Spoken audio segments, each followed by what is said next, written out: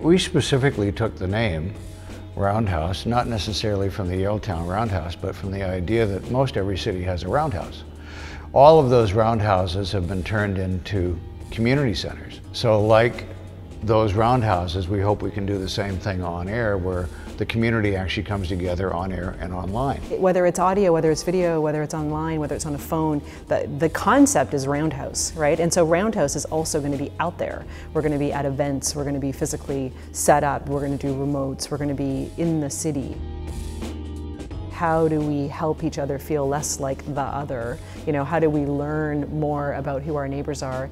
And part of it will be hearing different voices on the radio station, but I also picture bringing people into the room at the same time, watching and facilitating people learning about each other.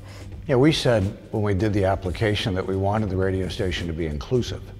And it means that our perspective, has to be one of sharing as many different viewpoints, politically charged or not. We were going to have special music programs. We said we were going to do live concerts to help local talent. We said we were going to have a special hour for the LGBTQ community. There's a lot of ideas that we have to actually breathe life into and say, okay, if that idea is going to go on the air, what's it going to look like, who's going to do it, and how can we do it?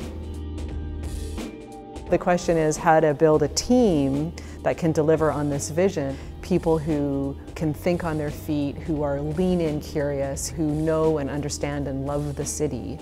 A mix of old and established voices and new, fresh voices. And how old?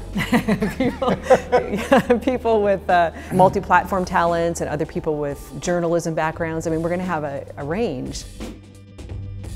I've said from the very beginning of this project that as we add people, this idea is going to morph, this idea is going to change, and it will change for the better.